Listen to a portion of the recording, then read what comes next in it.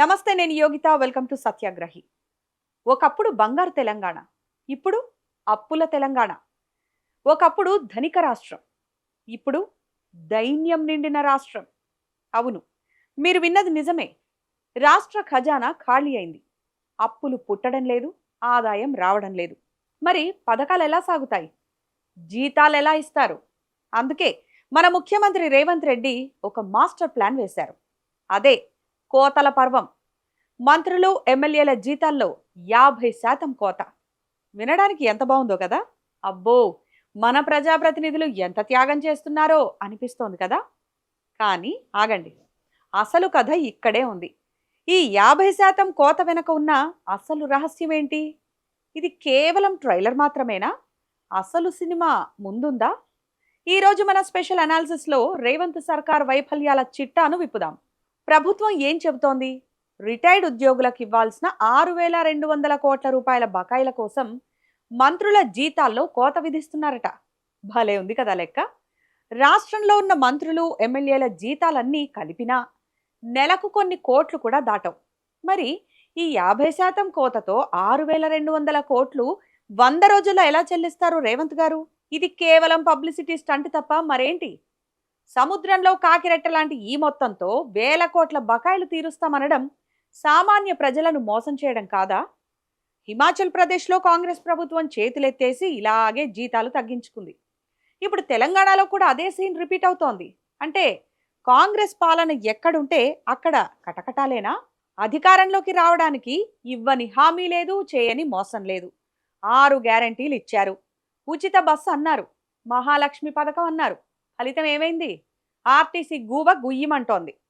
జేబులో పైసా లేదు గాని ఊరంతా దానం చేస్తానన్నట్టుంది పరిస్థితి.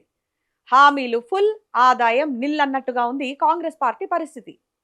గత ప్రభుత్వ హయాంలో రాష్ట్రానికి కంపెనీలు క్యూ కట్టేవి. ఇప్పుడు కొత్తగా ఒక్క కంపెనీ రావడం లేదు. ఉన్న కంపెనీలు కూడా వసూళ్ల భయంతో పక్క రాష్ట్రాల వైపు చూస్తున్నాయి. వసూళ్ల పర్వం కాంగ్రెస్ నేతల పర్సంటేజీల దాహానికి పారిశ్రామికవేత్తలు బెంబెలెత్తిపోతున్నారు. ఉన్న కంపెనీలు కూడా వేరే రాష్ట్రానికి తరలిపోతున్నాయి.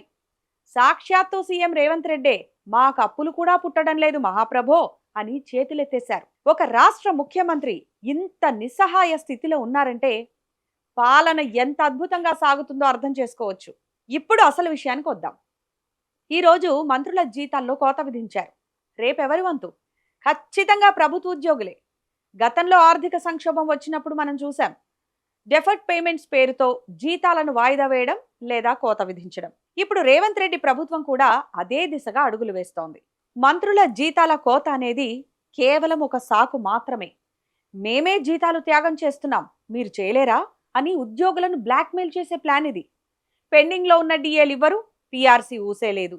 ఇప్పుడు ఉన్న జీతాల్లో కూడా కోత విధిస్తే ఉద్యోగుల పరిస్థితి ఏంటి? కాంగ్రెస్ ప్రభుత్వం వస్తే బాగుంటుందని ఆశపడ్డ ఉద్యోగులకు ఇప్పుడు సినిమా కనిపిస్తోంది. తెలంగాణ ఇప్పుడు ఒక గందరగోళ పరిస్థితిలో ఉంది. అభివృద్ధి కుంటుపడింది, సంక్షేమం అప్పుల పాలైంది. పాలన చేతకాక పక్క రాష్ట్రాల కాంగ్రెస్ మోడల్ను ఇక్కడికి తెచ్చి ప్రజలను మభ్యపెడుతున్నారు. మంత్రుల జీతాల్లో 50% కోత అనేది కేవలం ఒక కంటి తుడుపు చర్య. అసలు సమస్య ఖజానాలో నిధులు లేకపోవడం, అప్పులు దొరకడం లేదు, ఆదాయం పెంచే మార్గం లేదు. ఉన్నదల్లా కోత విధించడం మాత్రమే. రేవంత్ రెడ్డి గారు ఇలా కోతలతో ఎన్ని రోజులు బండి లాగిస్తారు? రేపు ఉద్యోగుల జీతాలకు గండి కొడితే వచ్చే ప్రజాగ్రహాన్ని తట్టుకోగలరా?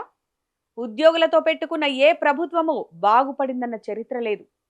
ఆనాడు ఎన్టీఆర్ నుంచి ఈనాడు జగన్ వరకు ఉద్యోగులతో పెట్టుకొని సీఎం సీటు కోల్పోయిన వారే. ఈ లిస్టులో మీరు కూడా చేరతారేమో, తస్మాత్ జాగ్రత్త.